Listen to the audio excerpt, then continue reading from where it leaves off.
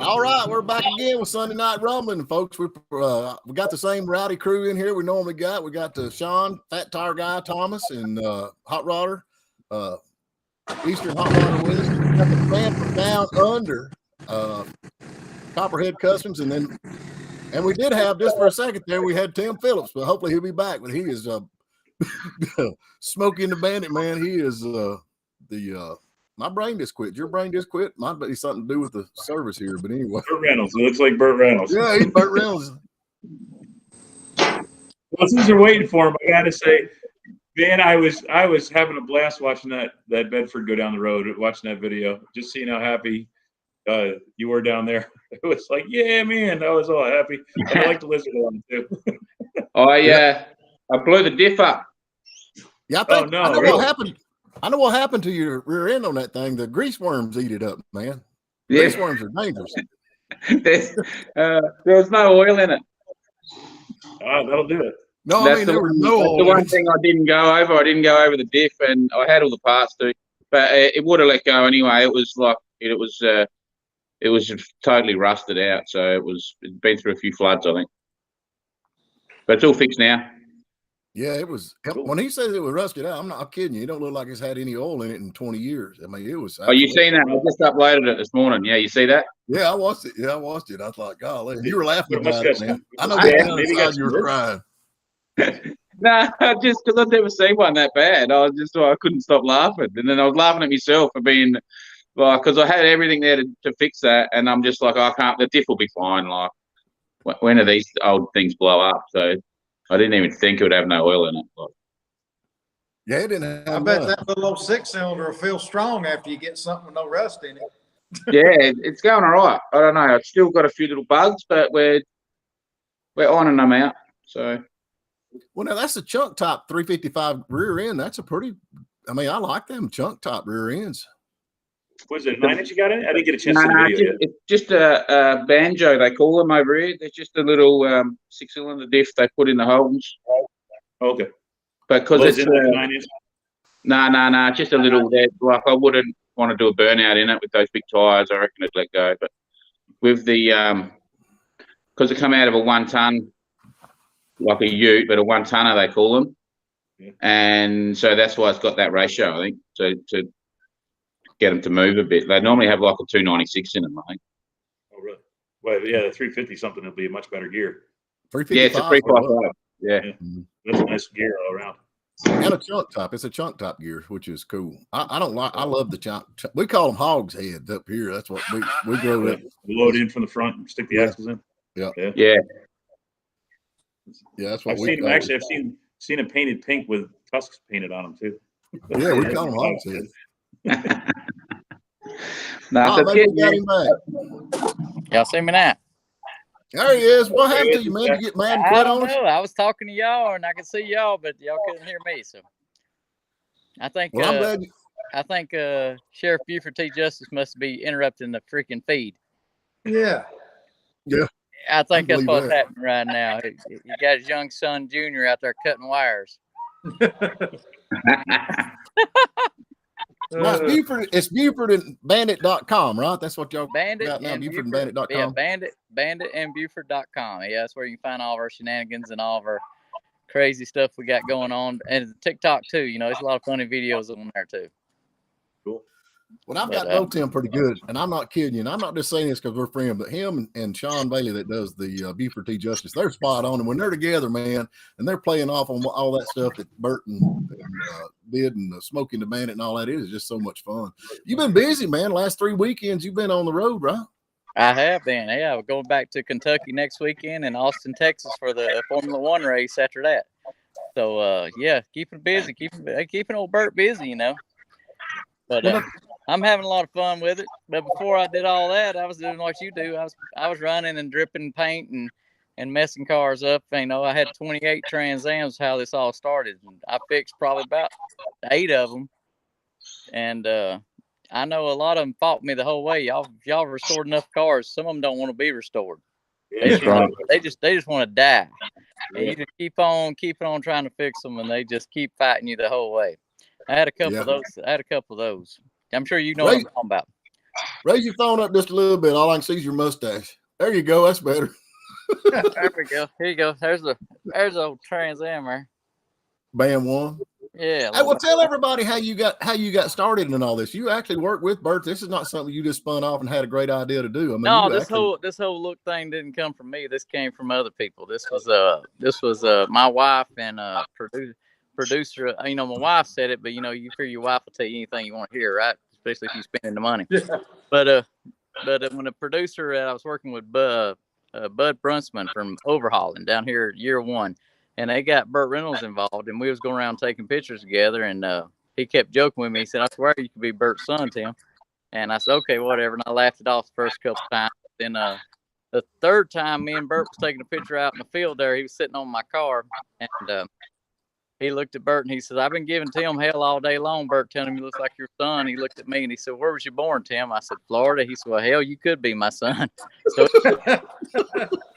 it took off. It took off from there, and Bud offered me a little gig later on. He said, I swear, if you'll put on a red shirt and a cowboy hat, I'll put you on a show called Hot Rod TV, and we'll put you in Hot Rod Magazine." So it took off from there, and then you know, we had the 2007, 2008 shutdown. That was 2006. I did that show DIY Burt Builds a Bandit, and then we had the you know, the economy crash there, and Bert started doing car shows around 2009, 2010, and his people, that was my people that I had done shows with before, they started working with Bert, and they said, "Man, it sure would be a lot of fun if you come out and dress up and be young Bert, you know, drive the car." So Bert's not driving cars much anymore, so if you could drive the Trans Am, put on a little show for the fans, and then Bert will come out later on and sign autographs, we think it'd be a whole package deal. So it worked out pretty good. It was a good little marriage between me and Bert. I got to hang out with Bert way more than I ever thought I would.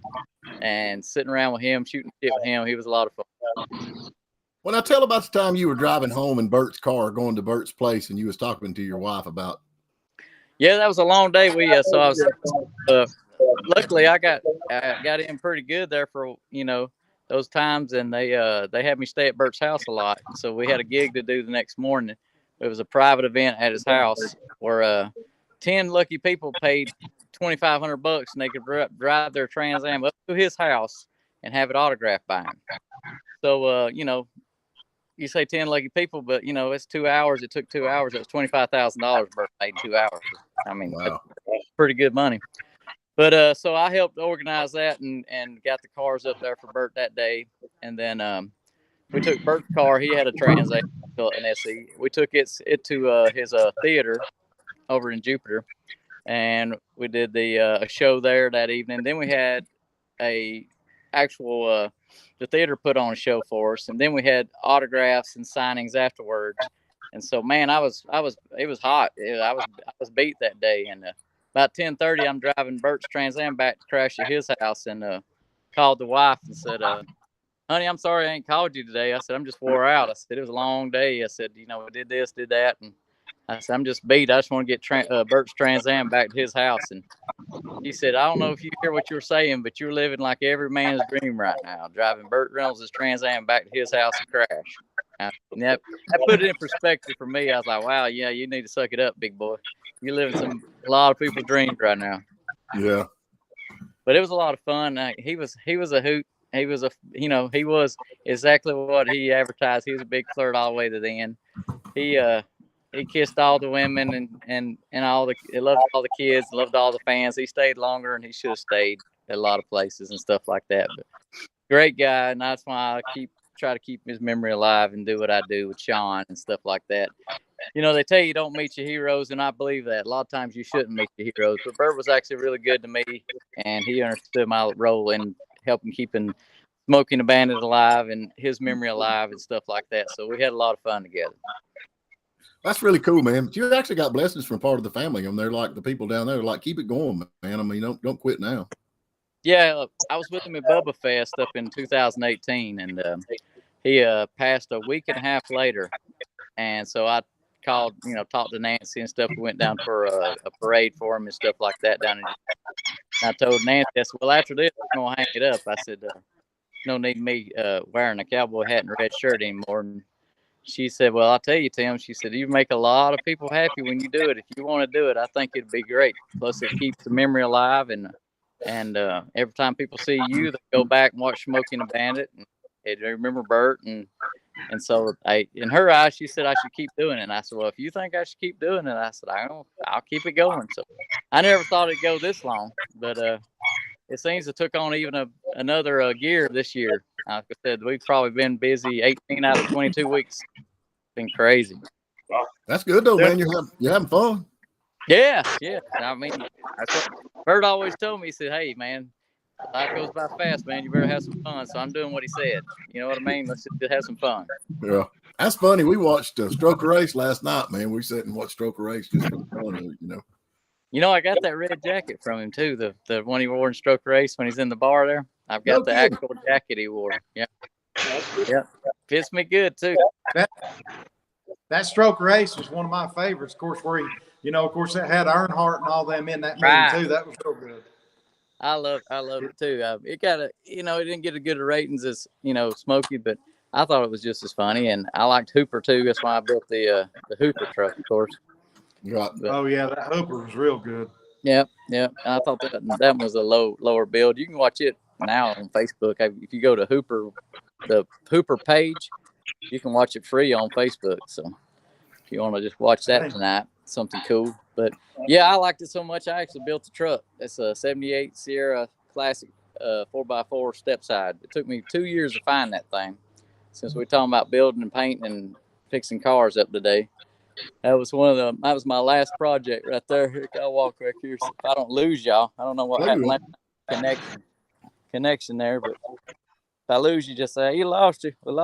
You're supposed to have that stuff parked in the living room, man. That's what you're. Right. Yeah, people park their Harleys in the living room. I don't see why you can't park I their just car. had these out this weekend. Y'all seen it on Facebook here.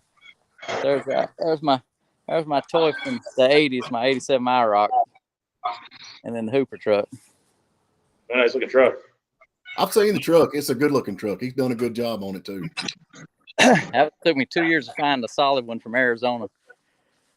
But it was a project of love, and I had it all pinstriped by Larry Conway. If y'all need something pinstriped, look him up on Facebook, Larry Conway. He still does that old school hand pinstriping that we all like. And yeah, good guy. Well, I need to call him. I'm working on a Cadillac. I need to get a pinstripe put on him. Every time you do the stick-on kind, you always look down and it's like this, it just kind of waves. Right. I tell you, man, I used to not be a big fan of pinstriping, but I love it now. Yeah. I went to a big show where they were doing a pinstripers panel jam, and they're donating everything to charity. And just being around those guys humbles you and inspires you to be a striper, and it's just I started collecting pieces and stuff like that, and I love it. Oh yeah, no, the stuff right there is you can't believe they just whip it out and go at it. It's amazing. My dad, he back when everything was getting pinstriped back at the Chevrolet dealerships back in the '70s, my dad worked at Pope Chevrolet in Stone Mountain. He said they had a pinstripe guy, and he said if he was ever sober, it looked like crap. But you give that guy a couple of beers, and man, he'd be pinstriped because people's trucks, they'd actually request it be pinstriped at the dealership. And he would be back there and he would pinstripe them trucks and them Sierras and stuff like that back right on the front up and everything like that one. And it was amazing. He said if he was ever sober, it looked awful. He couldn't run a straight line if he was sober. He said, but boy, if he had a couple beers in him, he's good to go. Yeah. That's John, by the way, up there with Eastern Hot Rodder Magazine, Tim. And then over John. here, the guy that you hear all the kangaroos and stuff down there, he's from the man down under. He's with Copperhead Customs. And we always worry every week because he lives in Australia whether he's going to make it because there's so much deadly animals down there, man.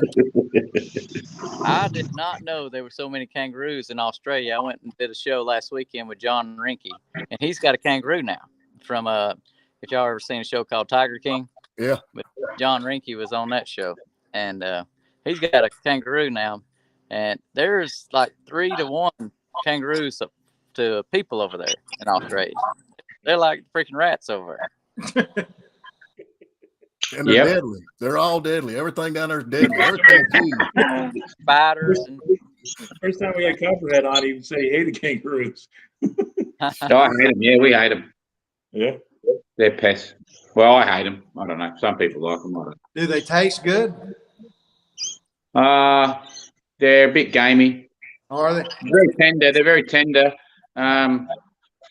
You can't cook them much. You got to have them pretty like rare, medium. Have you ever tried deep frying them? Because here in the South, we deep fry it. From Oh, we Oreos to chicken, it don't matter. Right. They deep fry butter down here. No, I haven't, but it's probably not a bad idea. They look like giant rats to me. I think that's what they are. I think they're just huge rats. Oh, that's what They're rats on steroids. Yeah. You said, like I said, you seen that? I sent you that big one. Oh yeah, it's huge. I told everybody on the radio I'm trying to get you to mail me one of them. If we can figure out how to get you to mail me a kangaroo. John, you say John's got a kangaroo. Where did he get his at? Do you know? Tim. Oh, yeah. I don't know exactly where he got that. I didn't ask him really because I don't know if you're supposed to have those kind of things. You know, a couple people get in trouble about bringing stuff over, monkeys and kangaroos and whatever else. But I didn't ask him. But yeah, he probably got it from one of the zoos he worked at. To be honest, you know, he helps out at zoos still. Yeah. Now and stuff like that. He still babysits tigers and stuff, even because the show's over. So he doesn't work at the big place anymore. But he still actually, you know, works at local zoos and stuff like that where he's at, and he goes around and does shows on the side like me. He seems to wind up where I'm at a lot of times. So. Nah, he's a good guy, man. He really is. Great, I talked to him. He was taking care of something because they went to somewhere for the winter, and he was taking care of tigers. I mean, I couldn't just babysitting tigers. Yeah, he'll FaceTime me and he'll be tigers in the background, and everybody at work just flips out because you know they don't get to see that kind of stuff. But he'll be petting them and feeding them and stuff, and I'm like, man, that's got to be crazy. Yeah, he's racing now. I talked to him. Yeah, I talked to him today. He's actually in South Carolina doing some kind of a Halloween show. Yeah, they got him doing a Halloween show. Now you'd think somebody like me, who dresses up a lot, would do a Halloween show. They'd call me and be like, "Hey, we need you because you know you dress up for Halloween. This should be my time of year right now, Stephen. You know what I mean?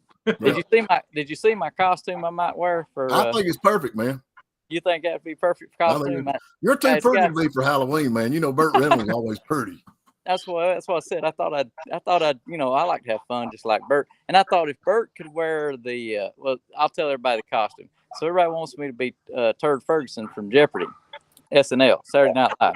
Right. The big yellow hat and the jacket and the red shirt. So they actually sent me a costume. So I told them if I get 350 likes on there, I'm going to go ahead and wear that for Halloween. Yeah. But so I put that on Facebook today. But I think it'd be fun. I you know thought about it. I said, you know, Burt was always. I think Burt's best character was he could laugh at himself. So you know that was a. And when he wore the chicken suit in Stroker Race, I love that. I said if Burt can wear a chicken suit, then I can wear the Turd Ferguson suit. You know that coat you got that he wore with the Stroker Race in the bar scene, man. That's pretty close right now, man. It was. I mean, is it pink? You look hot pink. Is it pink or what color is it? It's red. Is it red? Yeah, I'll walk in here see if I. And it was like take you to my flashy red, man. My Burt Reynolds almost pink on TV. But see if y'all can see this kind of stuff. But I've got it hanging up in here in this collection. Ladies and gentlemen, we're walking through Tim's house. If you notice, it's very organized. Let's get a home tour here.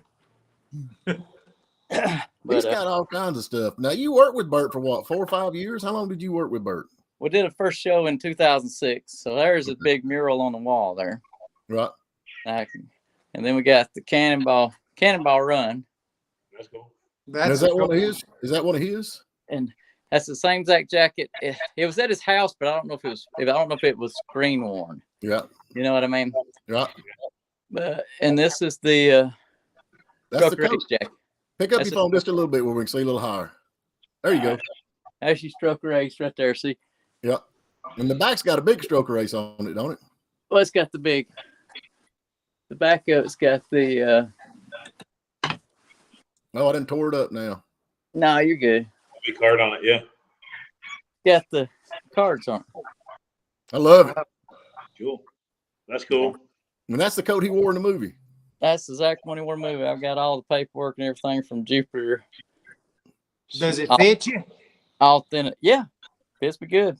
That's the thing you don't realize. You know, when Burt on TV looks so tall, but How tall are you? You're the same size He's and weight, right? 5'10", and Bert was 5'10". I thought I was too short to play Bert because I always thought Bert was 6 foot. But then I found out he was 5'10". He just put 6 foot on everything. You know, he started wearing the boots later on with little 2-inch lifts in them. To make him a little taller. Yeah, it made him a little taller. And Sally, people don't realize Sally was 5'3". So we got that one, and everybody knows that one. Oh yeah, Yeah. That's cool. And then Hooper. that's my favorite one right there. That silver stuff was a big deal back in our day, man. Yeah, I got a couple of these. I'm gonna sell. Look at these. They're a little bit worn. If you know anybody looking for a Hooper jacket, let me know. What size is it? Well, they're a medium and a small. So I'll tell you, I probably fit in that small. you're gonna wrap around. I tell you what, you just do like the women, Steve, and just wrap around your waist. Oh, okay. What I'll do is. And then we got the FSU helmets, and look at these belt buckles. Can y'all see these? Oh yeah. Pretty cool. Down just a little bit. There you go. All right, that one's a Yeah, gator. I like the Gator one. Yep. And then that's from his house, and then that's the Jerry Reed Gator one. And then this is from Smokey and the Bandit. I don't know if you can see it. Down just a little bit. Down. There you go. See that one from Smokey and the Bandit? It says Smokey and the Bandit too. Yep. Yeah. And then these are from different things. Country Music Hall of Fame. Stunts Unlimited. But yeah, that's just some of my stuff. Like I said, if I show you around here, this is whole wall. This whole place is took up. So you see behind me, there's more jackets and more hats and more stuff. But yeah, I guess I'm keeping it alive pretty good. Well, that's cool stuff too, man. You know, I always like Stroker Race. You know, that was funny. You know, because his biggest competition in between the number 11 or 12 or whatever. Remember, you used to say whatever. They had the Skull Bandit in there, you know, and that was 10. actually there, huh? He was number 10, but he'd always just say, you know, unless you're, he said, well, racing's easy. You just go down the straightaway and turn left. Unless you're 10, then you turn right. But they had the Skull Bandit in there. That was actually Hal and Bert's. They sponsored that car, the Skull Bandit. They did. Yeah, they did actually. They actually sponsored that car for. I think they had a couple. You know, when they got Harry Gant, they took off. You know, had a couple winning seasons with it. So I love Harry Gant. He's one of my favorite drivers of all time. He's salt of the earth kind of guy right there. Yeah, he was a heck of a driver too. Yep. Mm-hmm. Yep. But most people I met, you know, in this acting thing has been short and small. You know, they're all. I mean, TV really does put a lot on you, and Stephen can tell you, I'm 153, but I mean, you never know it in TV. I look like I'm 180 on TV. Every time I do an interview or something and I'm on TV, I swear I look like I'm 180. So I was like, man, I see where Bert now was always picked to be a bigger guy and a taller guy and all that kind of stuff. I said, it works reverse with me. I'm this is how actually 150 and I look 240. If they shoot you like this is what they do. Just a little bit of angle. Now you're really tall. See the background? Yeah. And all of a sudden you're taller. Yeah. That works. I mean, that's how they did Bert. Steve, you look 240 on the radio. Yeah, I look 240. Hey. I could be Ned Beatty. I could be Ned Beatty all day long. I like it. I thought you was Jack Nicholson. I'm more Jack Nicholson, but he's still alive. I got to find somebody who's passed away if I'm going to do a tribute. I love Ned Beatty. My favorite movie Burt Reynolds ever had was White Lightning back in the beginning. I forgot about that one. That one is good. I've got that car. We're building that 71 LTD. I've got it up there right now. I'm just waiting to get the rest of the riff-raff junk out of there while I can bring it in there because I want to do it right. You're doing 4-speed now? No, they didn't have a 4-speed. It was automatic. It don't matter. You need to make it. You need to make it to where silver screen comes alive. Right. I'll put your Mustang dash in it and put a 4-speed in it. Oh, I'm gonna put the Mustang dash in it. All right, Stephen, what did Bert? What was 2 things Bert was scared of? Women and the police. There you go. I love that movie. I actually got to know the guy that did the score for that. Well, I got it right here. The White Lightning movie. Charles Bernstein. If y'all can see that, he actually, if you'll see that, he sent me that. I don't know if you can see that or not. Yeah, that's cool. And he is the guy that did the score. This is actually his CD he sent me, and signed it. Charles Bernstein. I actually cut that the last song on the movie. You know, where he's at the funeral and it's way down under. I cut that and got the rights to cut it. And Charles heard it and actually dug up found my email and sent me an email thanking me for doing that. And then I actually got him on the show, but it was really cool. But I got to talk to him a lot. But anyway, he said he's going to send me that. If you see, it's actually signed by Charles. That's my only Burt Reynolds memorabilia I got from Charles Bernstein. But he did that, and he did Cujo. He did a lot of movies like that, the scores. I know a guy's got a lot of Burt stuff if you need something. I need them 2-inch lift shoes. That's what I need. There you go. I tell you what. Why don't you try to? We need Dom DeLuise. Why don't you shave up or dye it up? Thanks, Tim. Dress him up like a superhero and Cannonball Run. I think. Yeah, I think he could do him.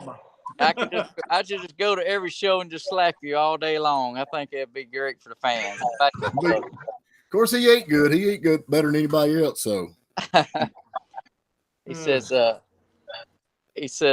was it? Thumb, thumb, thumb. That's all you got to do. Over and over and over. Put on a mask and a cape.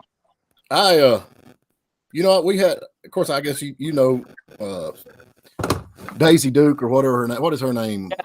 Yeah. I had her on the radio, you know, and talked to her, and everybody wanted to hang around Don DeLuise because they did that. What was that movie? Cannonball Run. Right. Don DeLuise on it. Said everybody wanted to be with Don DeLuise because when he pulled in, he had a trailer full of pots and pans, and he cooked continuously all the time, and everybody wanted to be with Don DeLuise because he ate the best of anybody there. You know, everybody go to Don's trailer to eat. I can see that. Yeah, that's pretty neat. That'd be about like me if I was there. Yeah. Got to cook. Them movies, though, man, like that are gone. You know, all that funny stuff. Oh, I know. Yeah, they get stupid. I watched one last night, Red Dirt Road. It had a couple of cool songs, but it wasn't even realistic. You know, it's like people shooting car movies that's never drove a car in their life, you know. I think it's very important when it comes to the car movies to have the car stuff factual, because any car movie is going to be car guys watching it. And I know like they kind of fluff that off, but I think it's pretty important to have those details correct. Yeah, and realistic. You know, come on, guys. I mean, they lost us at Fast and Furious 3 when they started going into space and everything. Yeah, right. Come on, people. Yeah. It's like the remake of Going in 60 Seconds with Nick Cage. That was a great movie right until the fake jump at the end. Right. They actually jumped it for real instead of CGI and the Mustang in there. It would have been a lot better. Yeah, it was. I mean, you know, they need to quit the CGI stuff for us real true fans. Yeah, you spotted them all the way. Yeah, well, yeah, you can. Yep, and I did a poll the other day. You can do poll on this YouTube stuff now about which Gone in 60 Seconds, and everybody liked the one back with 1973 or 74 with what was the guy's name that done that one? I had that. H.P. Hackett or whatever. Yeah, Hackett. Yeah, that was more cars destroyed than any other movie. It was, you know, I remember watching it going, man, it just car would go through the intersection and then like a few seconds later, yeah, you know, other cars just random crashes. I like he did the Demolition Man as well. Yep, got him killed. I don't know if the next one he was shooting finally got him killed. I think the third movie is coming out. I can't remember what it was. Yeah. But he was in the process of shooting a movie, and I reckon one of them big smokestacks is supposed to fall, and then he was going to go under it before it hit the ground. And somehow there was a telephone pole there with a wire that holds the telephone pole up. They didn't pay any attention. When the pole come down, that wire come around somehow and killed him. Wow. Yeah. So you know, I was wondering what happened to him. That best smokestack scene was in Hooper, where they barely made it through that. Yeah, that's what they were trying to do. That same basic thing that they did in Hooper. Right, where the whole smokestack came down. That was pretty good. That was good stunts through that movie. And they really did tear that whole town down. I mean, they was going to destroy that town. It was in Alabama. Yeah, they really did destroy that whole school and town and everything. So. No kidding. Yep. Now, the only thing I hated about Hooper was at the end they didn't use the Trans Am and jump the Trans Am. It was some kind of plastic rocket car. It looked like a 280Z or something like that. Yeah. That was Oh yeah. yeah. I was like, man, that you can tell that ain't a Trans Am. Come on. And then they just slingshot the Trans Am right at the end. Don't even land right. It lands on its side, some kind of weird way. But now you talking about that Hooper car, you actually got to drive it through the auction when they sent it out there at Barrett Jackson. It's actually here now at this museum here. I did a video on it here at this museum we got here. The museum, the guy that owned it passed away, and I reckon all the people that's involved in it, now they're going to sell all the cars out. So the Hooper car is fixing to be back at auction. I think it's going to be in South Carolina somewhere they're going to take it. But now you actually had a big part in that Hooper car, did you not? I know it was on that Count Customs, and I know Count Customs had it on before it went on the auction, and then you actually got to drive it through the auction. It ended up here. I actually found that car online. I can't remember if it was Craigslist or what, but I found the car, sent it to Bert's people, and they bought the car and then turned it into the Hooper car. So, I actually found that car for Bert and his people, and then Gene Kennedy, he was Bert's promoter, and he's the one who was restoring the cars for Bert. And later on, now he has a company called Bandit Movie Cars, and so he's still keeping it going through Bandit Movie Cars. But when he was working for Bert, he was restoring Bert. But now he's got Bandit Cars, and they restored that car for Bert. And they restored that car, a Cannonball Run dually. No, it's the was it? Yeah, it was in Cannonball Run, the dually that Alfie Wise jumped over the railroad tracks with. Yep, little short Alfie. Yeah. He did the whole no brakes scene. He said, "Hey, this works every time when the cops try to pull you over. I got no brakes. That's why I'm speeding. No brakes." And he actually had no brakes. But yeah, he restored that one, and I drove the Hooper car. Danny Coker drove the Bandit car, and I forgot who drove the dually across, but we drove all those across at one time. Do you remember what it brought? The Hooper car brought 80,000. Wow. I wonder what it's going to bring this time. I wonder, if the is he going to auction them back off? Yeah, it's or going through family auction. going to auction them back off? Yeah, they're going to South Carolina somewhere. I'm trying to figure out when and where and what, but they got. Are they doing he's probably got 200 classic cars that's going through. I mean, he's got everything Daytonas all the way around. Right. I don't know. That jacket that's in there, I gave him that jacket that's in the car. I gave Bert that jacket. It was an extra one I had. Because I've been a Hooper fan forever. Every time I see one of them jackets, I buy them. That's why I got so many of them. But, yeah, that was a lot of fun that day with Danny Coker and all those guys. You can imagine hanging out with Horny Mike and Ryan and Danny. They're everybody I've met is just like they are on TV. Richard Rollins is just like he is, and Dave Kendig from Bitchin' Rides. I've been blessed to ride in a limo with him and his wife to Autoramas and stuff. Everybody's as genuine. Chip Booth, I took him out in a poker game. It was $1,000 buy-in right down the road here, and he was the first guy I had to play. We got into a hand right off the bat, me and Chip Booth, and I've never played poker with Chip Booth in my life. Right. And so I got Ace Jack, and we all start out with $10,000. I got Ace Jack. I raise it to 1,000. He calls. Flop comes out. Ace 8-3. Some kind of something like that. So I bet 2,000. He calls. The turn's an ace, so I got two pair, and I bet 5,000. He calls. The river's a brick, and I go all in. He calls, and I thought, "What do you got?" And he turned over 10-8 for a pair of eights, and I said, "Well." And then I realized real quick that I was playing with a lot of people that had more money than they cared about that poker game. And so I wound up winning the poker game because I cared about playing the poker more than they did. But it was a good charity. It went to Chip Booth's charity, Progressia, that he has. Yeah. And so I think 78 people bought in that day. But it was $1,000 buy-in, and the wife told me to do it as a bucket list thing, and I was like, I don't know. I said, $1,000 is a lot of money. She said, I'll just go do it, hang out with all the celebrities, have fun. So I wound up winning a $4,500 motor. Right. No kidding. Yeah, then wound up putting in a buddy of mine, Chevelle. So worked out good. Good little. I'm gonna tell you. Chip Foose to me he's a genius when it comes to customizing cars. I really think he's got it going on out there. I believe he's the real deal. Some of this stuff is just make believe, but I believe he's a real deal. He's got the strongest wrist in show business, I believe. Just because of so many autographs I've seen that man do, and his autograph's not simple. Right. He does a whole, it's a whole production for his just do his autograph on one thing. And I've seen him sign till I thought his hand was gonna fall off. But right. Nice. I was at the year one show, and Chip Foose was signing there, and he said the one lady just before he got up there asked him if he could draw a little car that looked like her husband's car because he couldn't make it. So once he did that, and it came out, my buddy said it just took seconds. Boom, there was a car looked just like it. Same the wheels and everything. And then after that, everybody else wanted one, and he just sat there patiently. What kind of car you got? And oh yeah, that's got the And he said every car, nobody could stump him on what a car, different cars look like. And he said he'd sit there and take that time and draw a car for every person that was in that line. I said, man, that guy's hand must have been killing him by the end of the night. I'm telling you, he's a great guy. I've met him several times, and I'm only 10 minutes away from year one, so that's how I got to be so close to doing a lot of events with them, and them contact me. I sold them the first 10 cars that they used for that Bandit project in 2006. So that was back when you could get a Trans Am. People would just give it to you, get them out of their yard, because around here they were the bastard muscle car. Everybody was in the Mopars and Camaro, 69 Camaros and stuff like that back then.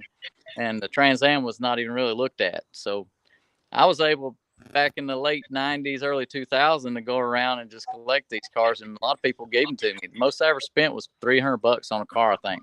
And they were I just started putting them in a chicken house that I had that was empty, and we had 18 of them in there. Me and a buddy at one time, and year one contacted me after I got mine done and said, hey, do you got any Trans Ams? We want to do a 30th anniversary. And I said, yeah, I got 18 of them. So they came out, bought 10 of them. And then it just went on to it steamrolled into they got Bird involved in the project. And then, the rest of the story. I started hanging out with there, and they asked me to be on the show because I sold them the cars and stuff. And Bud Brunson said, hey, you want to be on the show? And I said, sure. So I said, what do you want me to do? He said, just sell them the cars. You did that anyway. So I said, all right. So that was my first acting debut. Have you ever seen one of them Trans Am that they use for law cars in that one county? I think it's Catoosa County. I haven't. I've seen like car shows. I haven't seen one, like running around, but I have seen the cop cars. I don't know if they're tributes, if they're actually. Yeah, that's what I don't know either. But I don't know how many they had. I know a little bit about it. I know when Craigslist was big, there was always somebody hunting, paying. They was even paying rewards if somebody would turn them on to one of them ones that was the law car. Right. Yeah. But I don't know if there's any real ones left or what. Yeah, now with the prices of Trans Ams, they're paying rewards just to find a Trans Am now. I mean, they're crazy. I never thought they'd be up to where they're at. If I'd known that, I'd have saved the ones that I sold 10 years ago and resold them now. But, it's kind of like the housing market. Everything's inflated really pretty. Oh, yeah. That's just like the Duster. I mean, the Duster back with that was darts and all them. You couldn't give them things away. I mean, $200 or $300, you could buy a Dodge Dart or Duster any day of the week, I bet you the Maverick and Pintos even came up in value. Oh, yeah, they did. The Gremlin is what's absolutely crazy. You can't buy a Gremlin now. It'll take $20,000 to get a Gremlin. Wow. I remember when everybody made fun of people if you rode up in a Gremlin. Yeah. Well, I still make fun of people that rode up in Pinto. I'll be honest with you, man. I still make fun of Pintos. I hate them. I hate them. All right. My grandfather wanted a Gremlin. The wife and daughter's waiting on me to take them out to eat, so I'm going to head on out. But it was sure good seeing you guys. Good to meet you. Take it easy. Nice to meet you. Yeah. You going to take her out? Where you going to go eat tonight? Where y'all going to go eat at? A place right down the road here called Houndstooth. Okay. Yeah. Okay. Right here off of 211 in Brazelton. It's pretty good little, place to go get to eat. It's one of them, you only find it in one area kind of thing. So if you're in the area, you want to try something different instead of going to all your box stores, try Houndstooth. It's pretty good it's got a nice little ambiance and stuff like that. So Well, now Tim took me out one time he took me out for supper one night and pulled up at the drive-thru at McDonald's and said, "Hey man, just order anything you want. Order anything you want." No, Tim, I appreciate you. I don't believe that. They know I would never take you out. All right, man. Hey, let's hear the laugh one time before you go. Give me the laugh. There you go. All right, man. Be good. We'll see you guys. See you later. Take it easy. Be good, guys. He's a mess, man. He is definitely a mess. That's pretty cool. He must be having a ball doing that stuff. I mean, can you imagine though? But now all that stuff he's got, most of that stuff he got from Burt Reynolds. I don't know how big Copperhead, how I mean, you a big Burt Reynolds fan? I mean, Smoking the Bandit and all that stuff down in Australia. Y'all follow that pretty hard? Yeah. I think everyone used to watch those movies. Like Hooper and all that kind of stuff. Y'all had all that? Yeah, I'm not sure what that one is. I'll have to check that one out. That's where he was. Yeah, you need to watch. That's a good movie. He was. I haven't seen that one. He was a stunt guy. He was a stunt guy, washed up stunt man, trying to do this last. Oh, that's right. Yeah. Sally was in it too, wasn't she? I think so. I don't know. She was in a lot of different movies he was in. Yeah, I think Sally was in that too. But of course, it. So, will he go to dinner looking like that? Is that him 24/7, or is that, or he'll just take it all off and go incognito? I think he put the hat on just to be on the show, but yeah, he just wears normal stuff, when he's out and about, and he just looks like a normal old Joe with the mustache. Yeah. He's a good guy, but he's been involved in a lot of stuff. He was in a couple of movies there with John Snyder. They had him come in there and be Burt Reynolds and all that. And then Sean Bailey, that's his sidekick that him and Sean work together. Sean's Buford T. Justice. We'll try to get him on in a day or two and see if we can get him talking. They're spot on. I mean, when they do that, it's just a lot of fun. But I don't know in Australia, but there's a lot of tribute acts up here for music and everything else. Do they do that in Australia? A lot of tribute. I don't know who's famous in Australia other than I don't know. Mad I don't know. Who's famous? Mad Max. That's all y'all got. Mel Gibson. That's it. Who else you got? Isn't it? And there's that redhead girl too that was what was her name? She was famous for Nicole Kidman. She was Australian, wasn't she? Who? Nicole Kidman. Wasn't she Australian? Yeah. She's got some issues, I think, hasn't she? Yeah, you can have her back. And her husband. Who's she married to now? What's that singer? I don't know. Keith Urban. Yeah, you can have him back too. Yeah. We don't want him. We'll trade him for a couple of kangaroos, man. We'll trade him for kangaroos. You probably get better conversation out of the kangaroo. Yeah. Golly. Yeah, Paul Hogan was one of my favorites from down there. Yeah, there's another one. Yeah. Yeah. He's over there with you too. Yeah. He I remember watching him on a PBS, but that's public broadcasting channels back in the 80s before, in the early 80s before Crocodile Dundee come out. He was absolutely hilarious on them. Yeah, he had a comedy show. It was good. Really? Yeah. I loved watching it. And then, of course, the Crocodile Dundee, I like all three of them. Usually when they start spinning off and do that many, sequels, they start getting real bad. But even that last Crocodile Dundee that he did, the 3, it was a good movie. I liked it. I don't reckon too much of his old comedy show would be allowed to be anymore. It wouldn't be politically correct. Yeah, are y'all politically correct down there too? Come on. It's ridiculous. Yeah. Oh, it's went worldwide. Basically, it's just I feel it's kind of like the way that it is here, that the taxpayers have a smaller voice than the taxpayer taker. The payers has got the people that's paying for stuff ain't got no voice anymore. Nah, until the minority groups. Yeah. Copperhead, let me ask you a question. When you were backing your truck out of your driveway, what's that car that was sitting in front of it that's covered up? What is that? Is that do you remember? Which one? At the top? No, when you first got in your truck and you got the camera up in the window and there's a car, all you can see is the hood of it and it's covered up. It's right there on the shed right before you go in your shed. I mean, it was parked right in front of the little. Oh, that's the little Triumph. that was. I just threw the cover off the. Yeah. That's the little Triumph. So y'all got I a just lot of. bought it. What is a Triumph? What now? A 2500, 1964. Right. Okay. Stephen, I Yeah. don't think you can fit in one of them. I don't know.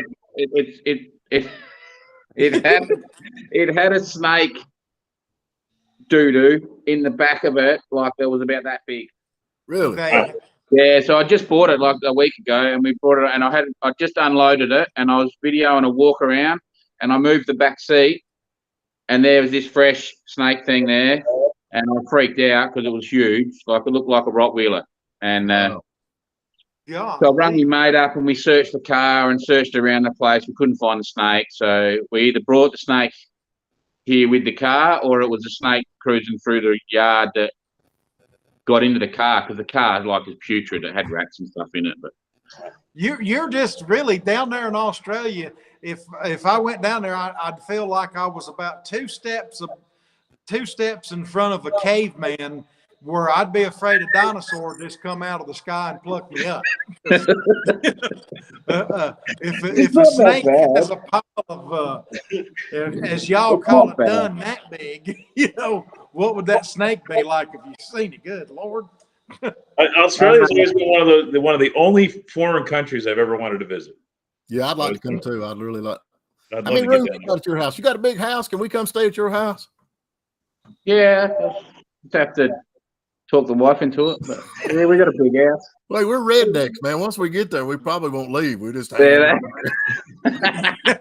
Why, man? Where are they no, going? it's like nearly 3 stories our house. So yeah, no, there'd be room somewhere, I'd say. Yeah, we don't take Yeah. much. We don't take I got much. room for you here. If you ever come stateside, we got a spot for you. Yeah. Well, I actually want to go over there and live. I'm actually thinking about it. So Well, come on over and visit. We'll put you up in a finished I basement. said that everything that I'm interested in is there. Like I like American cars more than Aussie cars. I like the American racing, because I race late models, and so everything. Yeah, I sort of would like to come over there and live. You'd fit in right down here too, because everybody on my road going out to the main road, they're always on the wrong side of the road anyway. Yeah. So they're always crossing that yellow line. So you'd fit in just fine down here. I Oh, know what's you- up? Yeah, the other day? there's a dirt track right here local too, so you'll be able to go if you're into late models and stuff like that at the dirt track. Yeah, well, see, I can Yeah. I can actually work with some of the late model teams if I want. I know a few of the big guys over there, so I could go and work with them if I had to. Because you have to have a job to move there. Well, we had a race here Thursday night down at what's called Tri-County Speedway. And, I've heard of Tri-County. Yeah, 22,000 to win, man. That was a good race. I didn't make it, but I was going to, but I didn't make it. But 22,000 to win, so they had all the big dogs. That's a lot of money for just the winner to get. Davenport was down there. He was a big deal and all that. But yeah, I've got. Who went Davenport? You what now? Davenport, you said. Yeah, what is his name? I can't think of his first name. He's I big. can't even know. I can't think of it either now.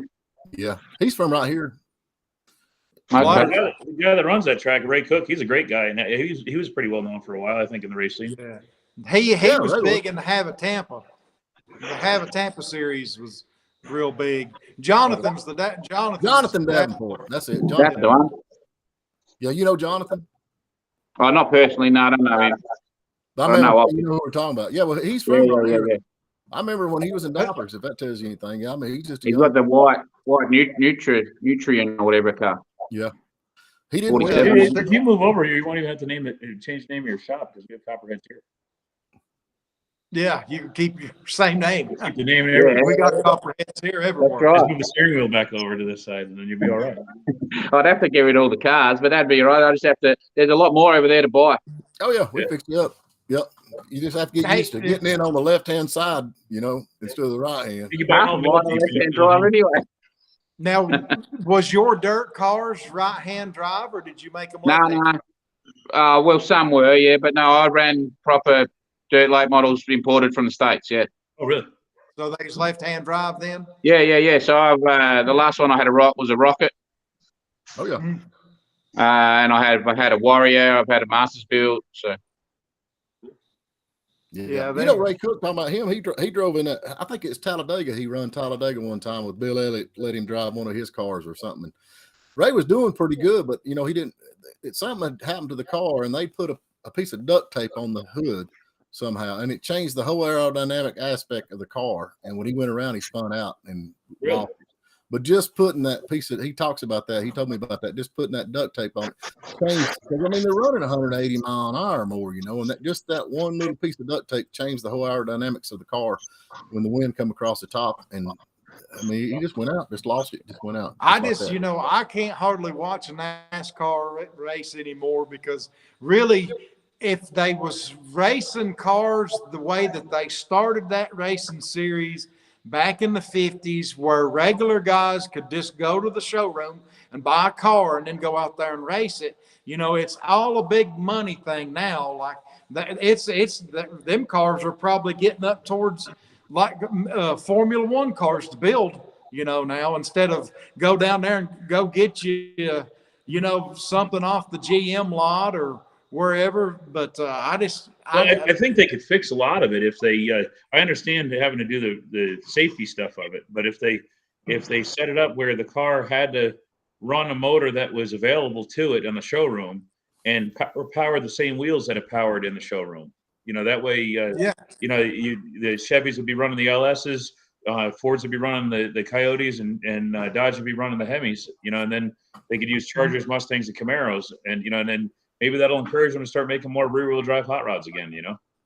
I don't know, you know that. But they ain't never going to do that because they can't control what the things, you know, the money aspect, because they want it to be all this big, high and mighty money thing instead of just grassroots racing. Yeah. Well, you know, that's the thing about it. You know, NASCAR was started by whiskey makers back in the rednecks back in the day. And then after they seen there was a money aspect to it, that's when they kind of rooted everybody out, because, you know, they said they wanted to go to a NASCAR track and not see one rebel flag period in the stands. You know, that's what they're there now. Because if you watch I don't watch it. I'm like you, I quit watching it. But if you look, the stands are dang near empty. I mean, they're out. And back when I was, you know, I used to work for that Trick Racing Engines, and we went down to Talladega and all that. It was packed. I mean, the infield was packed, the stands was packed. I mean, it was packed. Sure. But they got you know, they don't. None of the publicists will say the truth of the matter. But you talk about them rebel flags and stuff like that flying. You know, there's people out there that would miss a trailer payment to go to the race that weekend. Yeah, I was one of them. Yep. You know, and but that's where dirt track comes basically in. It's just a slap in the face to the people that build them up to what they are. But of course, you know, Bill France Jr. and Senior, they knew it. You know, that I think that you know, they was real close with Dale Earnhardt, and Dale, you know, even if you didn't like him, you know, it's just like what he always said. You know, if when you walk out there and there ain't nobody cheering for you or booing you, if it's silence, then you've got a problem. Yeah. You know, and but there is no working class heroes in any sport in America right now. You go to dirt track, man. I think that's where I'm going. I mean, that's what I like. I like dirt track racing. Always have. Grown up down at the dirt track. And same thing with drag racing too, though, because that's one of the things that I always liked about drag racing is anybody with a decent car could go in. It didn't have to be the fastest thing in the world. You could get involved very inexpensively. You know, street night was $20. You know, to go up there and race. And you know, you look at NHRA. Actually, the last NHRA event was record-setting numbers again. But prior to that, NHRA was losing viewers at the bigger races. You know, Top Fuel wasn't drawing people in because it's just cubic money. But you're seeing the no prep races and the door car races and nostalgia drags. It's huge. And you know, the nostalgia drags are cool because you get a big variation. It doesn't look like the same car with a different sticker on it. You know, you get, you know. I couldn't believe that they were so fast to close Atlanta and get it out of there. You know, the past few years I was going there, you know, and on their Saturday qualifying days, they would be a sellout crowd just to be for watching, you know, at Commerce. They would be at capacity, sellout crowd just for the qualifying runs. You know, it wasn't even the races technically, you could say. And the crazy part about them shutting that down, that was owned by the NHRA. So it wasn't like a rental track that got a lease expired. They decided to sell out their own stuff. And it's like, man, like they're trying to put themselves out. I think what it is you got people that's not trying to build that sport, and they saw an opportunity to cash in and we'll say give dividends to the shareholders when they sold that, instead of, well, we're going to take this money and invest it in a new facility or whatever. Now, rumor says that they were supposed to be opening another track, but I'll be surprised if I see it. And then there's another group. Boy, they're out of the Midwest, and I can't remember what they're called, but they just started a new drag race organization, and they're trying to get something going, and I hope it takes off. Is it the AHRA? Is that it? I don't know if it is the AHRA. I'd like to see that come back. That was the American Hot Rod Association. It's still going. When they did that. I don't know if you followed that No Name Nationals that they just done, but it's AHRA is what it was. Okay. Well, Copperhead, are you still racing now or not? It's my first year off. So why did you say, what's the problem? Where's the car? What happened? I sold the late model a few years back because in my state they're not real big. So I used to travel. We used to spend 6 months on the road traveling, and the wife got a bit sick, so I sold that and I went into a different class that's big in my state, and I had a first time out. I was leading the national title and rolled it and just about killed myself.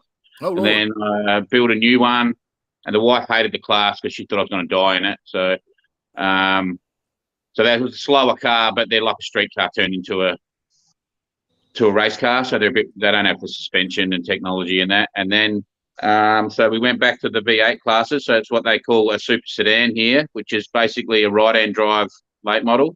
Mm-hmm. And I built that, and then I didn't actually race it. I sat there and hummed and hard, and I sort of lost a bit of interest. I don't have a run pit crew. I just used to run and do it all myself.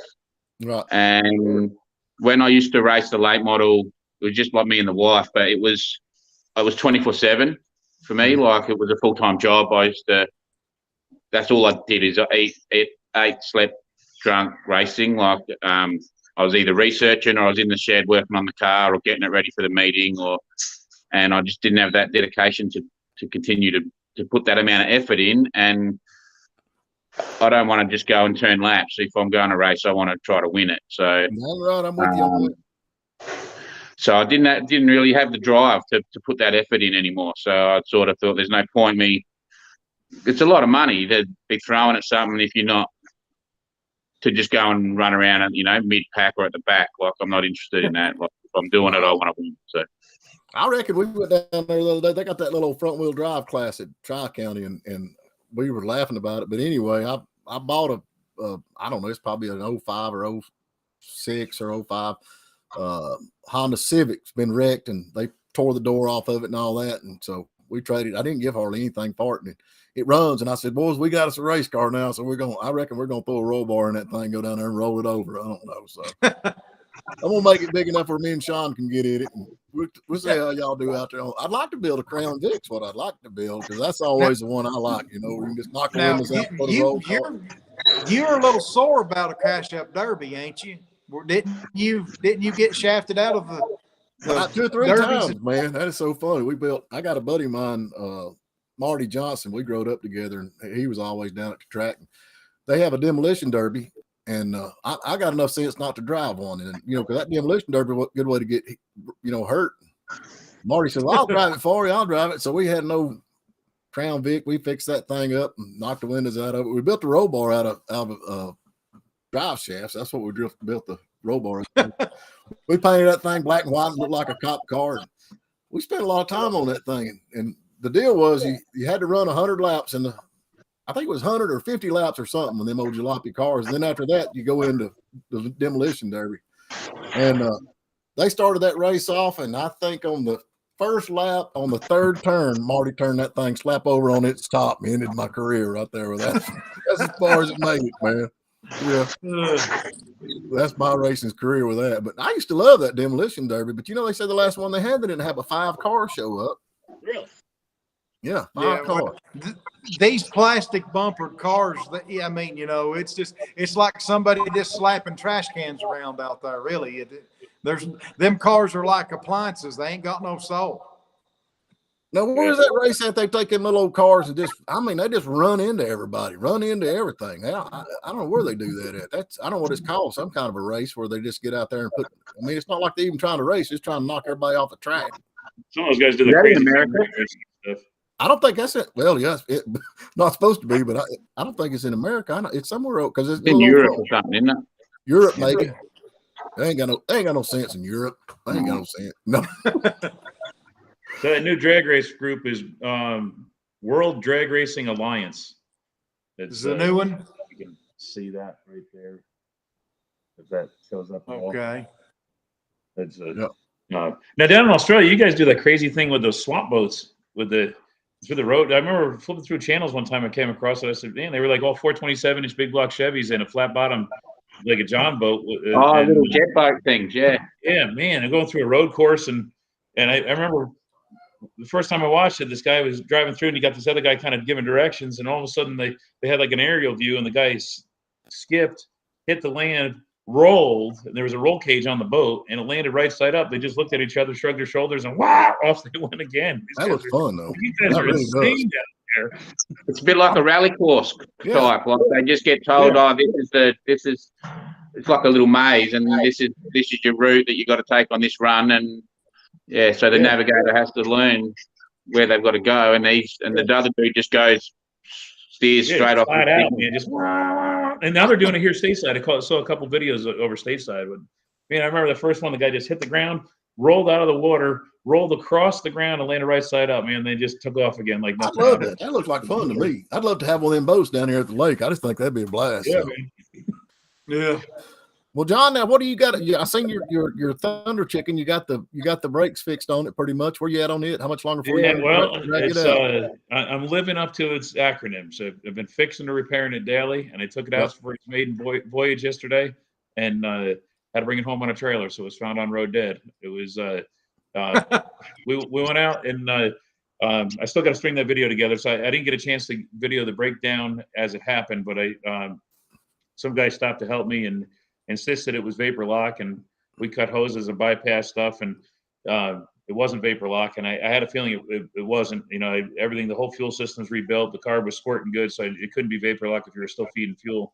So I suspected it was ignition. It was behaving like it was running out of gas, but by the time I tried a few more times, it wouldn't even fire.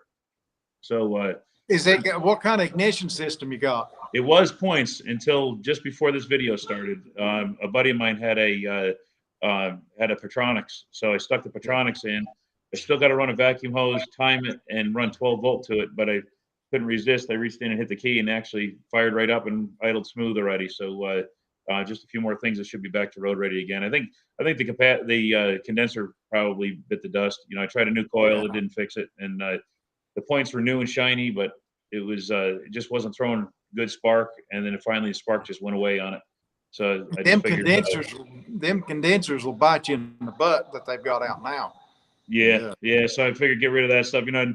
And the way I look at it is, last time I bought a good set of points, it was 50 something bucks, almost $60 for a set of points.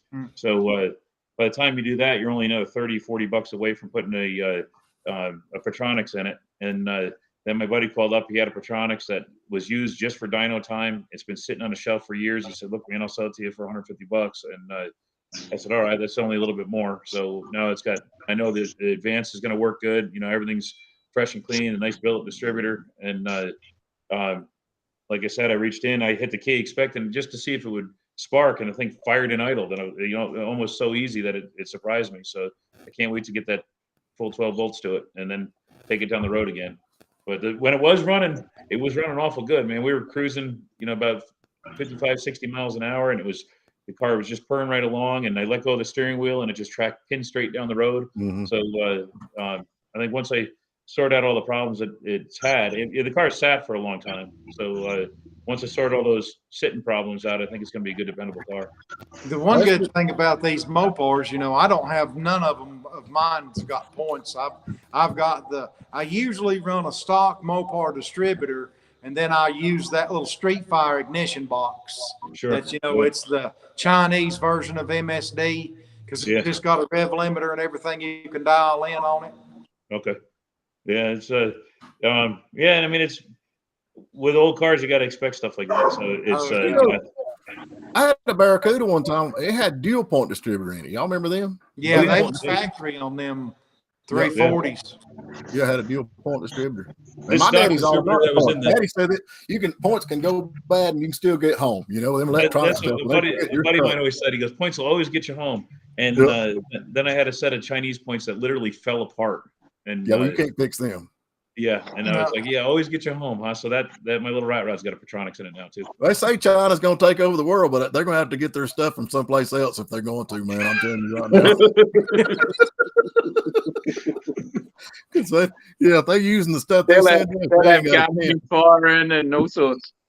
I tell you what, though, because of the Chinese stuff, I end up replacing more new parts than old parts. Yeah. Oh, you know, just the quality control is gone. You know. Yeah, they just fail. Yeah. That's if they're any good out of the box. Yeah. I bought a master cylinder the other day, and all the threads were squared off, and I'm like, what's going on with the fittings on this thing? And then all the threads were stuffed, and then they're trying to say, no, you've cross-threaded it. I said, how could I cross-thread it? I couldn't even get anything in it. Like, we had wheel cylinders one time that were drilled so out of whack that they almost came up the side of the wheel cylinder. Wow. You know, it's I mean, how's that going to stop you safely? You know, it was terrible. Well, I had a cylinder, and I mean, the week I buy myself enough to keep tearing up. I could look on 3 days and the car wasn't cracking. And I don't know the part or the ceramic plastic. It just fell and started getting the. You went away on the old cars down there. That's old, you know. That's kind of. Lost you, Steve. You're cutting in. You're frozen. A lot better. You froze.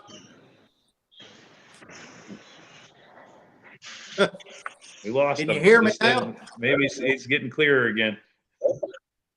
Yeah, we lost you. There we go. I thought your credit card. I thought maybe your credit card had maxed out, Stephen. We just lost you. I'm here again. We've had the worst internet service. But I had starter go bad on Chevys are notorious for cooking starters with their headers because the solenoid's down on the starter. And I bought a starter with a lifetime warranty. I don't care how good the warranty is. Changing it 6 times in one summer is no fun. You know, it's, no. So I stopped buying them from that particular store. And now there's a place here in town. We have S&L. They do starter rebuilds and stuff. So if I need a starter, I'll just go there. And I'd rather have somebody rebuild it here. You know, speaking of Mopars, I had an alternator go bad on a 71 Duster I had, or a 71 Demon I had. And I went down. It was on a weekend, so I went to Advance and got a new alternator for it. Went driving around the next day, and then that cooked the voltage regulator, and turned out it was the wrong hat. I guess there's a low hat and a high hat, and this one had the high hat. It was spec'd wrong for the car, and it cooked the regulator in the car. And the guy this is when I was still up in New York, and there's a place up there, Conrail. If all my buddies are in the Albany area in New York that are watching this, Conrail is the best place to go get starters and alternators. So he felt so bad for me. He says, "Man, I got a stack of those." He said, "You got burned by the Mexican rebuilds they sell through that store." He says, "Don't even worry about the core charge." He says, "Just go return it, get your money back." He says, "And I'll just I'll rebuild one for you. Won't charge the core charge." And that thing worked great after that. Wow. Fred, what are you starting on next? You got your truck about done. Now we got what we're going next on. I've got everything going. I'm going to mix it up this time. So I got this thing here. What do you reckon of this? Have you seen my big Chevy, the same as yours? Seen that one? Well, I went a bit crazy on. Oh yeah. The other day and painted it. Yeah, that's cool. So I gather from your silence. You don't like that color too much? I think it looks good. It looks pretty cool.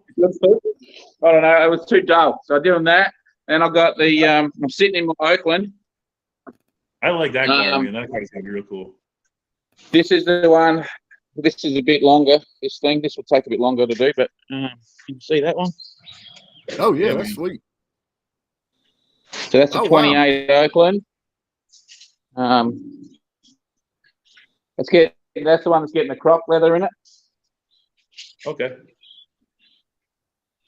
That's that's really awesome. that's gonna be one cool little hot rod. So we're building that. I just put the front end. It's got jag front and rear end. So I just put the front end in it the other day, and we're running 302 Cleveland in that one. And then over here, that's the 32 pickup chassis I'm welding out. Okay. Oh, that's actually a 34 Chev chassis, but that's for my 32. Right. And then we've got the 40 Chev that I'm doing. That's going to be another $5,000 build, the Chevy. So we're just putting another one of those little six cylinders in it. And then I just bought this stupid little thing. Yeah, that's the thing I was So this talking is that about. Triumph. Yeah, a little Triumph. So I've just pulled all the interior out. I'm going to zhoosh up the interior a bit, and I think I finally got it not stinking. Watch for snakes. Yeah, that's the one that had one in it. So that's, I don't know what I'm going to do with that. I'll have it running, and we're just going to clean up the interior and I don't know, polish it, and then I'll see if I sell it or keep it. I don't know. Well, now that Oakland you got, that's a cool looking little car. I mean, is that pretty high dollar rig? I mean, it looked like it would be. This will be, well, at the moment, it doesn't owe me much. This will be a bit of a slower build, though. This one has to go through the inspection process, engineering and stuff. Okay. So I'm actually thinking of doing this in bare, like stripping all the bare metal back to shiny bare metal and then clear coating it. Right. Cool. My buddy did that with a 49 or 50 Chevy pickup truck. He 7/8 scaled the truck to fit an S10 chassis, and just did all the body work and welding all real nice, and then sanded it all down and clear coated it. Well, I haven't seen anyone do it to like an old 20s hot rod before. That's all. I've never seen one. It's not saying there's not one out there, but right. I was like, first I was going to paint it, and then I don't know. I've gone away from wanting to paint and stuff because it's just so much extra work. And it's all right if I'm going to build one car, but when I'm trying to pump them out like every 3 or 4 months, you know, like it's a bit hard to then to do full body work and paint and all that. So then I was just going to like throw some patina, like some color on it, like. And then I had this little thought the other day of sanding it back and just throwing some clear over it. So it's got like a brass grill, and I was thinking of doing maybe some brass work around the place for different metal finishes in it, you know. That's cool. What do you think? What's it going to be worth when you get done with it? What do you think? This will be probably close 70 to 100,000. Really? That's what this would sell for, yeah. See, that little Bedford, like, I don't know, little Bedford's got to be worth at least 50, I'd say. Right. Cool looking little truck, man. It really is a cool looking little truck. I had copping some attention, I tell you. Like, I even had the whole street the other day. I took it up and down the street, and they were all coming out from their houses looking at it. Yeah. I think next weekend there's a truck show, so I'm going to take it down to that and see what happens. There you go. There you go. I think we might. Maybe you get 100 for it. Yeah. Well, yeah, if I do, then it's gone. Yeah. That way, Well, I want to see you build a big blower car. Yeah, well, the 32, I've got the little 283 Chevy over there that I actually wanted to put a blower on. I've built that motor, and I sort of stopped, but yeah, I just wanted to stick a little blower on that, and that's that goes in the 32 Ford. So that was the car that was the little fiberglass one. That was the car I was going to stick a blower on. So that'll look really cool. Yeah. Now that Oakland, is that the like the Pontiac Oakland? Is that related to? Is that still connected to Pontiac, or was it its own brand? It was its own brand. Okay. Yeah, but they're like basically the same as the Pontiac, but they were more pimped out. So like this thing here, I'll show you this thing here. You can see the tire wheel. Well, yeah. That's where the spare tire went, and the little holder. Right. Yeah, so like the Pontiacs never had that. Like that was like an Oakland thing. So these were this is like their GMs, yeah. So this was the highest back in the day. Like this is like in the 20s. This was the highest like level car that they did. This was higher than a Cadillac. I think it's the same way here stateside because most of the Pontiac clubs are Pontiac Oakland clubs. You know, when they start letting the old stuff in, they kind of hyphenate it. You know. Well, yeah. So the Pontiacs were around, and then they stopped the Oaklands because they were such a dear car. They just stopped the Oaklands and just ran with the Pontiac because, Oakland was like the dearest one, and then the sales probably struggled, so they dropped Oakland and just ran with just straight Pontiacs there. Yeah. It's like the Willie's John, night. you got anything you're working on, man? You starting any new projects? Me? I was asking Sean if he had a new project starting. Yeah, Sean, I want to know if did you get your motor back yet? Now they're getting it real close. They called me. I got to go over to the machine shop tomorrow. They called me Friday. I didn't have time to go over. I'm gonna have to put some spacers, get some spacers for the carburetor because I'm wanting to turn the carburetors sideways instead of like that. And anyway, there was something he called me about the compression and said that I want to change head. I done bought a high dollar set of Cometic head gaskets, and it's coming up to just shy of 9-1, and I'm going to run it on the street. And I told him, I said, just leave it like it is.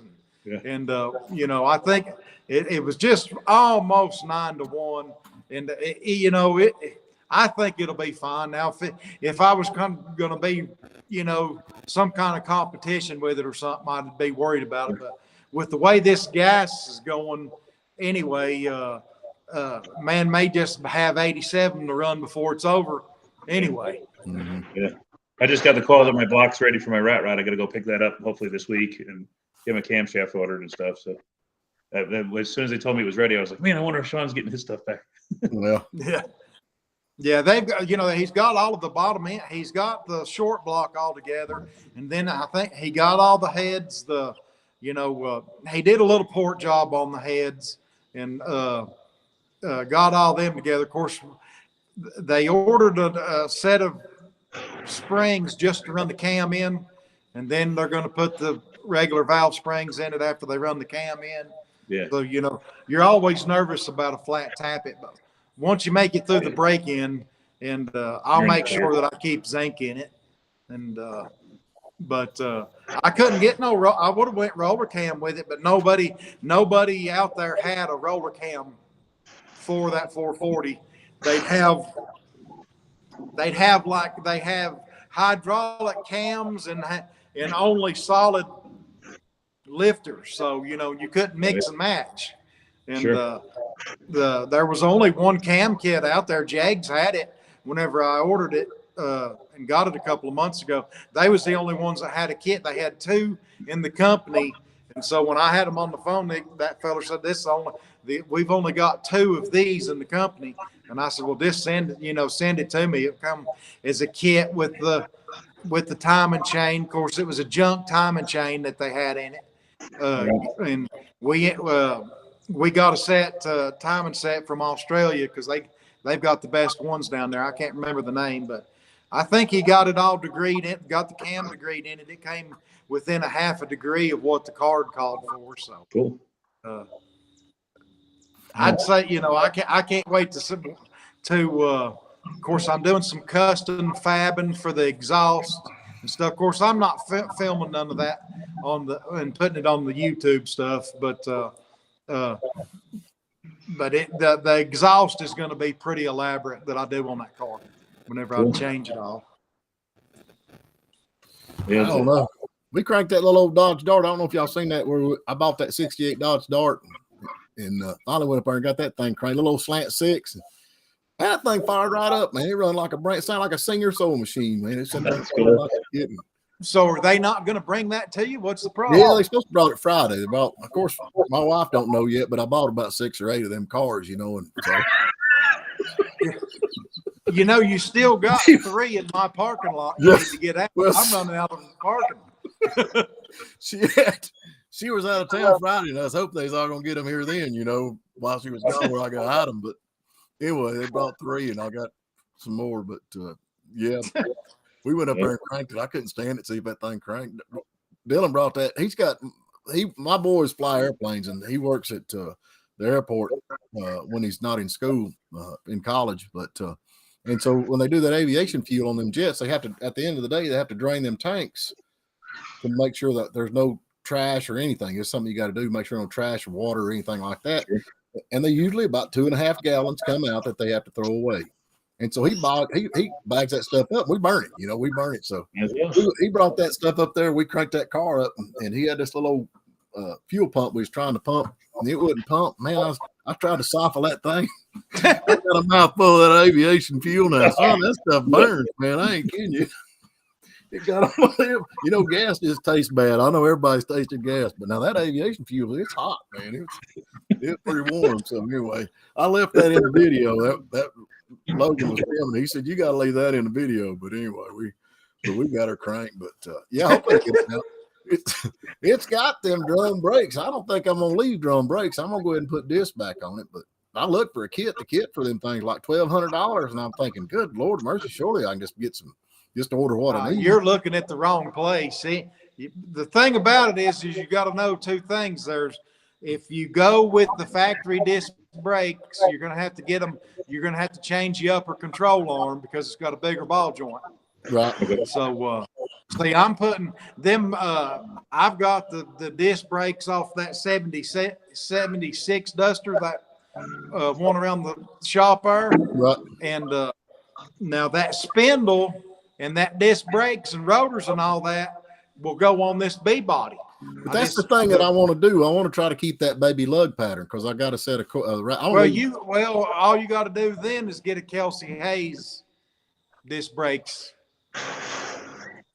Is what you'll have to get, and I don't know how much that'll cost you. Yeah, I'd like to leave that. But what is that? 4 1/4 on them little bodies? That's what this car right there's got. Is that 4 1/4 on that one? Yeah, see, that's the only factory fast car that I've got. It came factory with the disc brakes, the Rally 150 mile an hour dash. It was a factory 340 car. Nice. And everything. Well, this is it's a 68 Dodge Dart 270 power steering with air. It's got air conditioning. I want it all working. Yeah, I want it all. Oh, that was the Lux model there. Do what now? So the 68s had the best parking lights of all the Mopars. Why did they put them 1 year only? I have no idea. I mean, great looking parking light. Pretty little parking lots. It makes no sense to me why they did that.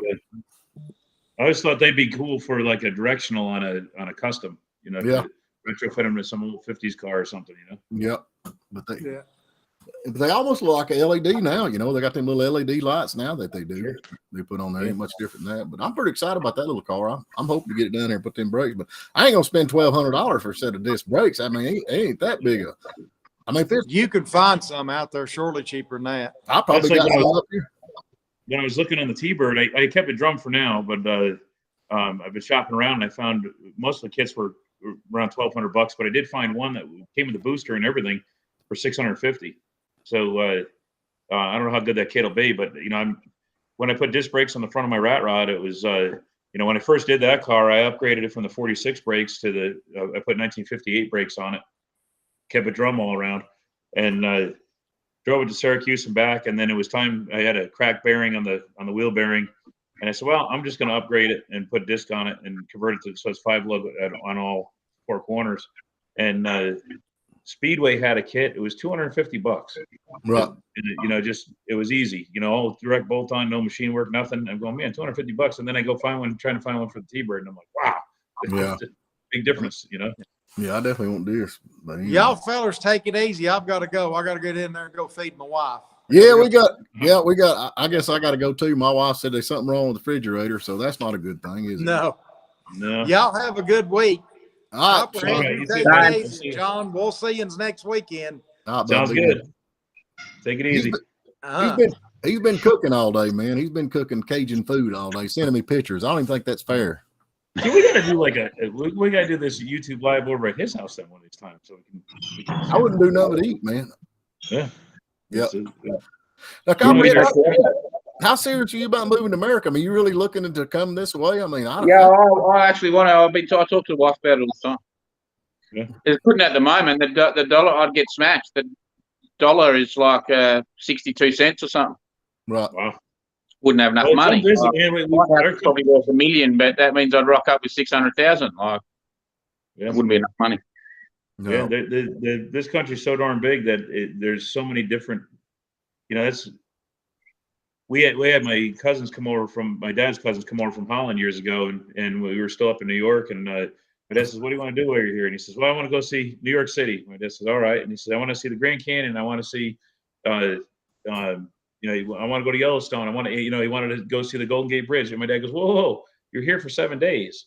And he says, "Yeah, we figured we'd do one a day." And my dad's like, "No, we had to get out a map." He had no idea how big the United States was compared to Holland. And I know like Australia's huge.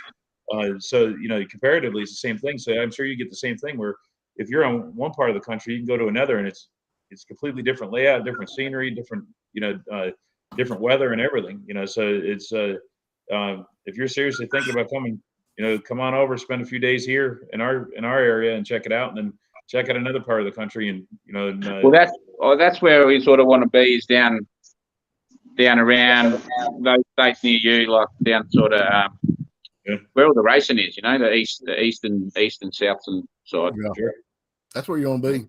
Tennessee has no state income tax. That's a big thing. It draws to that. I don't know what Georgia's going to do. We got a crazy lady running for the governor. If she gets it, we're screwed. So, but we live. I don't know if you know, the Blue Ridge Mountains. It's beautiful where we're at. But if you ever the Appalachian Trail, everybody knows about the Appalachian Trail. It ends right here where we're at. The highest mountain in the state of Georgia is in our backyard.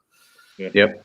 And those are the oldest mountains in the United States. I think they're one of the oldest mountains in the world. Yeah, Blue Ridge. It's beautiful where we live at. We really take it for granted. You don't think about it when you live here. We do. So, yeah, this is a good area to be at. But I'd definitely be in the South. Ain't no way I'd move up north, and definitely don't go to California, for God's sakes. Don't go to Nah.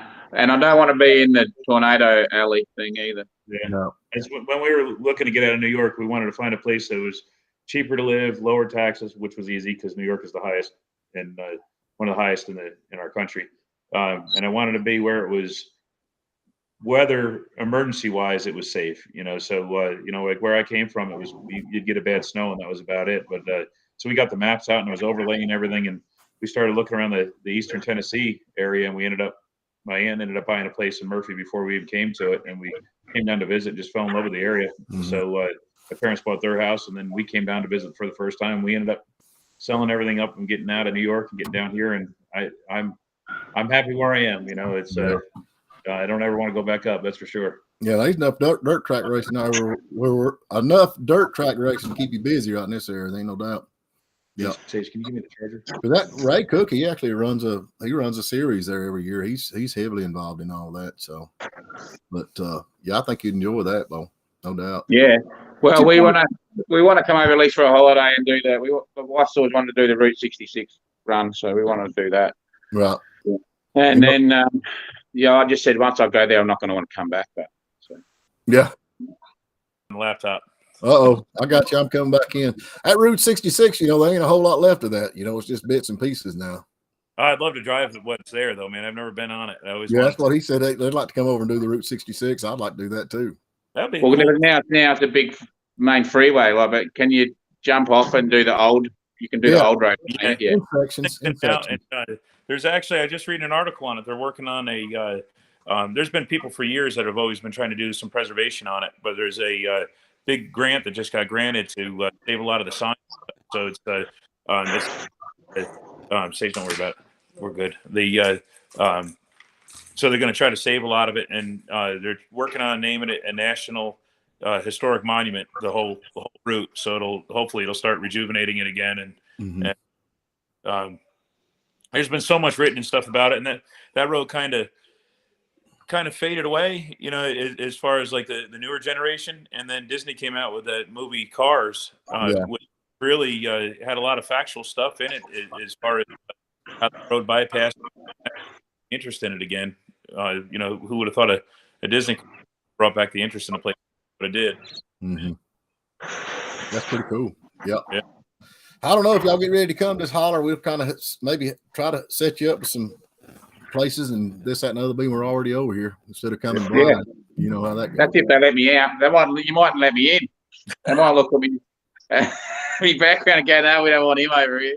I was almost over in Australia over the summer, but they were going to send me. I teach, and they were going to send me over because they got Teacher of the Year, so they offer a trip to the teacher, the learning, but Teacher of the Year first, and I turned it down because the vaccine mandate. Yeah. And, Okay. I said I didn't get vaccinated, and I said, well, I made it this far, and I already had COVID and everything, so I don't need to get vaccinated. So they passed on. Actually, another teacher I work with got to go over there. Where'd they send them? Don't know. I don't know if she ended up in Sydney, or I think it was probably Sydney. I'm not exactly sure. I think that's where everybody goes, to Sydney, ain't it? That's what I figured. I don't know if she ended up in Queensland or not, and it's but she said it was absolutely beautiful. She loved it. She loved being there. Mm-hmm. Yeah, I'd like to visit too, but I don't know. I ain't seen everything in America yet. I'd like to look this place over first. Yeah, I've only been to half our states. So I'd like to. Well, now, if you moved, I mean, you'd have to sell everything. I don't think that. I mean, you couldn't really bring anything over unless you come by boat or something. I mean, it wouldn't be worth it. Looked to me like your tools and everything. Yeah, I'd have to sell everything. Yeah, start from scratch. Now, do you have any family in America at all? No, I don't have family. Full stop. Yeah, so just me and the wife. Oh, I've got a son. Sorry, that's a lie. My son's 25 or something. He lives in a different state though. Yeah, but I mean, he's not in America. He's in Australia. No, yeah, he lives in Adelaide. Mm-hmm. Oh, really? South Australia, yeah. Yeah. That's where I was from. Mm-hmm. Okay. Yeah, so you're in the northern part? Pardon? You're in the northern part of Australia now? Yeah, up in Queensland. So we moved up about 7 years ago. Okay. We owned a pub. I owned a hotel down in South Australia, and I sold that, and we went on a holiday, and then we got to Queensland, and we said, let's move up here. We'd like it up here. So. Mm-hmm. Yeah. I watched a movie called Red Dog that was about that dog that traveled all over the place trying to find its owner that passed away. And I think that took place in Queensland. It was supposed to be a true story. I guess there's a monument built to that dog. He was a red heeler that. Yeah, I haven't watched it, but I've heard of it. It was a funny movie. It was, we laughed. There was some funny parts in it and stuff, and I thought it was pretty good. Yeah. Mm-hmm. All right, fellas. Well, I guess we better get off here till next week. If y'all got anything else covered, I keep up with you, man. I'm kind of watching all the Bill stuff going on. I love doing that, but anyway, it's been a lot of fun. Y'all can check out Tim. Yeah, I gotta check out his videos yet. I haven't had a chance to see his stuff. I got a guy that's a big Corvette dude out in Texas wanting to come on. Maybe get him next week. I don't know if you're all into Corvettes at all, man. I've got two, but he does. Yeah, we got one. Yeah, he does. He does a lot with Corvettes. He's actually does stuff out there. I think at the Texas Speedway, but no, he's got a lot going on. And he's been in the Corvette business for a long time, but he's talking about he might like to come on. He'd be an interesting guy to talk to. And if y'all got anybody else, it don't matter to me. I just want to jaw with somebody. You know what I'm saying? Just talk. Sure, man. Yeah, keep up with everything going on. But anyway, I appreciate y'all. Thanks everybody that's watching. And like I said, go to our channel, subscribe. We need all the help we can get. We're poor. Yes. We got Copperhead. He's wanting to move to Australia. He needs more subscribers, man. More subscribers. Yeah, if we get enough, then I won't need a job. I can just keep doing this. There you go. That'll work. All right, guys. Y'all be good. See you later. All right, man. See you guys. Bye.